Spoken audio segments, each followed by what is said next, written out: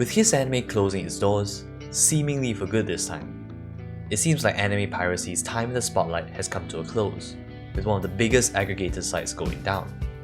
Now that's not to say there aren't thousands of alternative ways to pirate anime, but with streaming services becoming more and more competent, it seems like the need for pirating anime has subsided a little.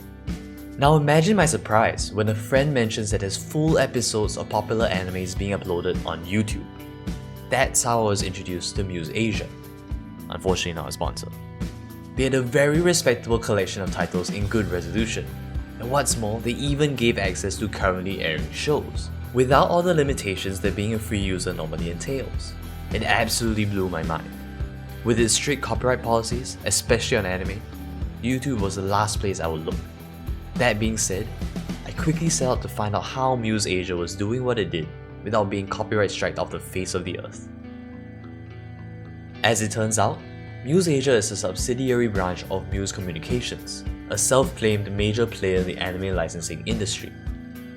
It seems that Muse previously dealt primarily with anime merchandise, and now has expanded into owning some sort of distribution rights to a pretty impressive number of titles, including huge series like Kimetsu no Yaiba, One Punch Man, and Attack on Titan.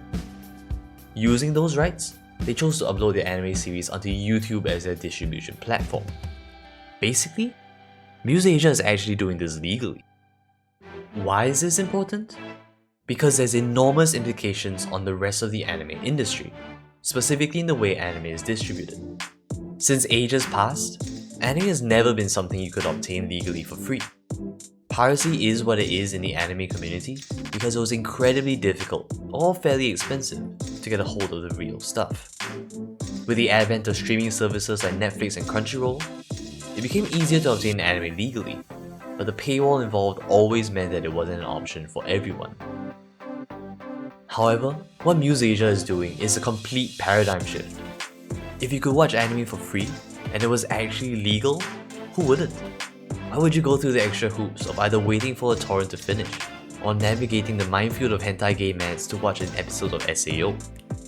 Muse Asia's actions have made it easier and infinitely cheaper to watch anime. Instead of choosing a subscription system to keep themselves afloat, Muse seems to have taken the risk of relying on YouTube ad revenue, a much more volatile type of income. Why did they choose to adopt this novel, riskier business model? Is it because of the extra financial stability afforded by the anime merchandising branch? Are they genuinely just acting in the best interest of the anime community? I'm honestly not sure. I did reach out to them with a few questions, but as expected, they're not going to reply to a tiny YouTuber like me. I hope that the answers to these questions eventually come to light. But what I do know is that if this model proves successful and expands or is replicated by other companies, it could lead to an unprecedented level of legitimate access to anime that the community has never seen before. There are of course caveats, primarily with the kind of distribution rights that Muse Asia holds for its anime series. It seems that access to the YouTube videos on their channel is region specific, with Southeast Asia being the main focus, although there are a few exceptions. That means that the huge anime community in the West still doesn't have a means to legal free anime, and needless to say, the Japanese audience is excluded. For now.